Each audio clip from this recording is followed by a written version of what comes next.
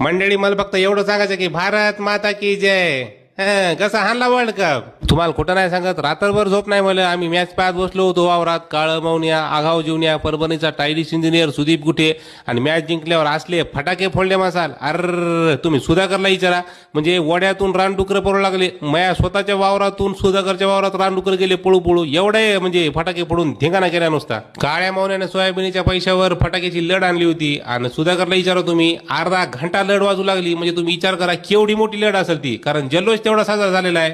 भारतानं world cup आणलेला आहे. मग काळा मौन्या, आगाव जीवने आम्ही समध्याने विचार केला का बा या भारतीय टीमचं स्वागत झालं पाहिजे, सत्कार झाला पाहिजे आणि आपण गावातून त्याची रॅली काढणार आहे. तर काळ्या मौन्याच्या ओळखीची आहे ती स्मृती मंदाना. ते म्हणलं की भारताच्या टीमला गावात आणायचा कार्यक्रम मी करतो म्हणे. सावळी पाळली तालुका औंढा जिल्हा हिंगोलीमध्ये त्या टीमला मी आणणार म्हणे. फक्त त्याचा सत्कार आपल्याला नीट करणं लागते म्हणे. आणि त्या सत्कारासाठी मला असं वाटते की गावातले समधे आपण हजार रुपये पट्टी गोळा करू आणि त्याचा यथोयोग्य आपण सत्कार करूयात.